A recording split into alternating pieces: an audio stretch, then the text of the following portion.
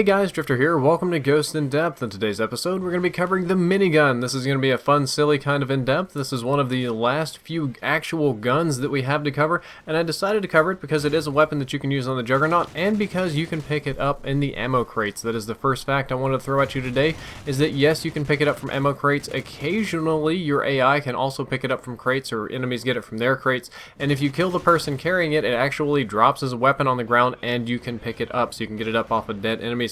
It's not very frequently in the crates. It's about you'll see it on the Juggernaut about 99% of the time, but every great now and then you might get lucky and be able to grab one. In case of said improbable event happening and you do grab a minigun from the ammo crate, I have some stats for you and some tips on how to use it. It'll deal 50 damage in close quarters combat and drop off to 32 at a distance with a 4x multiple, not a 4x, my bad, a 1.4x headshot multiplier attached to it. That means it'll kill in 2 shots up close or up to 4 at super long ranges, but most of the time you're going to be killing in 2 to 3 shots because the ranges on this is pretty impressive. The 2-shot kill range is 22 meters. That's extremely long range, especially for a 2-shot kill, and the 3-shot kill range is 37 meters. I'm going to say that after 37 meters you're not going to even be able to hit people very accurately with this weapon, so I really wouldn't worry about it. Most of the time expect 2 to 3 shots to kill, but it's got that hipfire box so you can't necessarily aim it very accurately. Rate of fire is 750 RPM. That's actually a little bit on the slow side. It's slower than the Death Machine from previous games.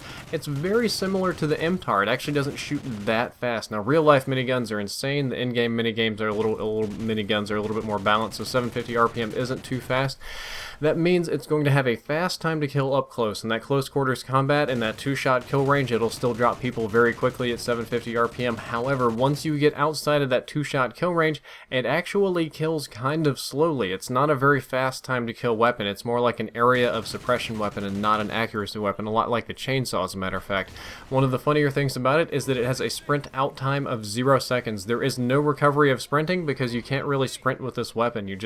There's absolutely 0 delay between when you're sprinting and when you pull the trigger and it shoots, which is a funny little thing. It's going to make you run really slow, so I don't think you'll run into it too often. Speaking of which, your movement speed is only going to be 80%, which is very, very, very slow.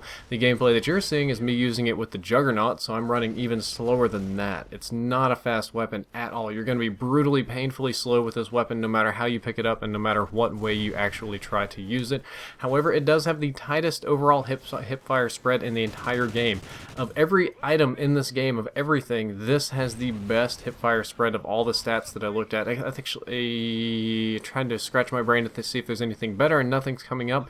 This has the best hipfire spread, so while you may not be able to aim down sights with it, you can hipfire very, very accurately, and it can do some very serious work to people. My recommendation is that when you pick it up, use it like a slower moving and more high-powered chainsaw. It definitely hits harder than the chainsaw, but its movement penalty is also considerably higher. Best if you pick it up in a crate and you have something like Stalker on, because then you can sidestep really fast.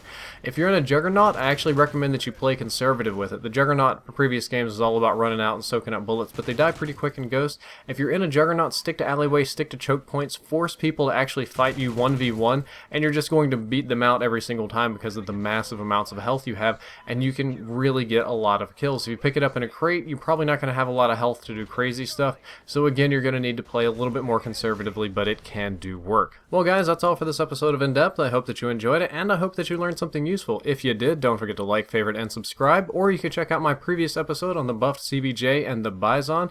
The next episode is again going to be another secret. I'm probably going to keep most of the next episode secret so that I don't get ripped off, but again, I hope you enjoyed it. If you did, don't forget to subscribe. Drifter out.